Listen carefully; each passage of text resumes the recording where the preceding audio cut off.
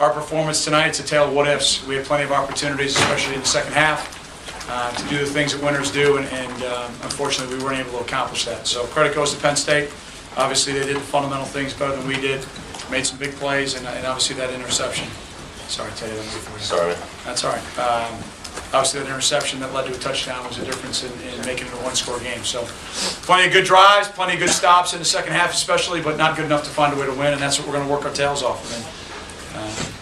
In every game that we've been in here over the last month or so, we've had plenty of opportunities to win the football game, and we just have not done that. And that's on us, it's our responsibility, and we got to get fixed. So how about some questions, please? How was the defensive communication today? Was it better than last week? Yeah, I thought we didn't have a whole lot of discussion on the boundary for the first time in a month about poor communication, so that was positive. You know what's going on with Dan Carson? Yeah. Do you think I'm going to share it?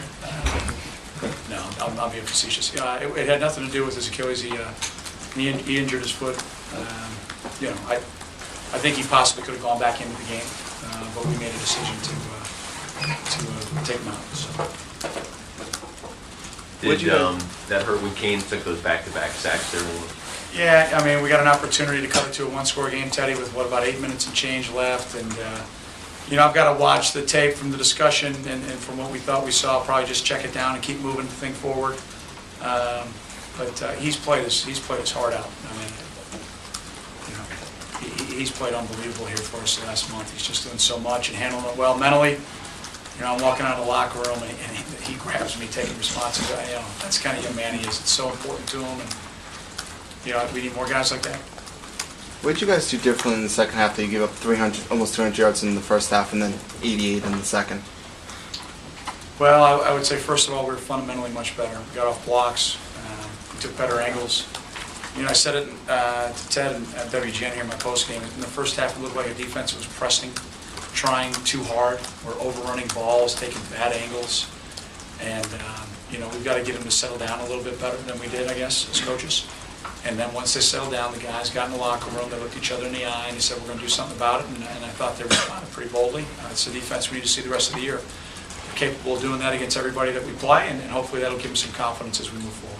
You talk about, was it a difficult decision to make all those lineup changes on defense, especially for the fifth-year seniors who were affected?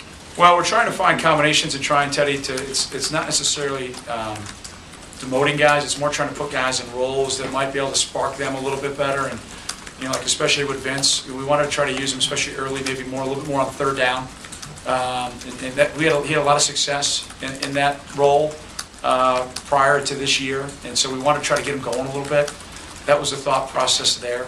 I'm trying to think of anybody else. Chi-Chi and Pro Beach started. Yeah, well, I mean, we're looking for some consistency to linebacking. There's no doubt about that, fundamentally. And so, those other, like I told the guys, I said, you're not going to start, but you're going to play a lot of football, and they both, both David and Bryce did. Did Bryce not start him because he was limited in practice this week? Yeah, he was dinged up, so that played into that. That was the case of, did you guys open up competition in practice this week, or was it just kind of? Yeah, we've got open competition every week, and when you go kind of through a little bit of a rough storm like we've been on, and you see, I gave the guys a quote this week, it's okay to make a mistake once, but if you make a mistake a second time, it's a choice. We got too many guys making the wrong choices. And so, with that being said, I think the number one motivator in the world is a watch. It's called the bench.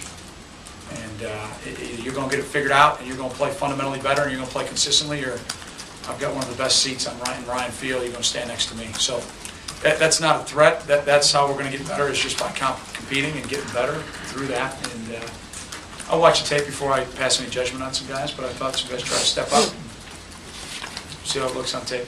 Obviously, the outcome isn't what we want. Talk about the moment. It's late in the first half, and you call a timeout with 56 seconds left. Yeah. Was there a thought to letting the clock go down farther there so Penn State wouldn't get a chance? So play unaggressive? No, not really. Well, no, just let more time before you call the timeout. No, I mean, it's funny. I said probably in the third quarter, I said to Mick, Barry was at halftime, I go to Mick, I go, I got a feeling we could ask a question on why I didn't let more clock go down.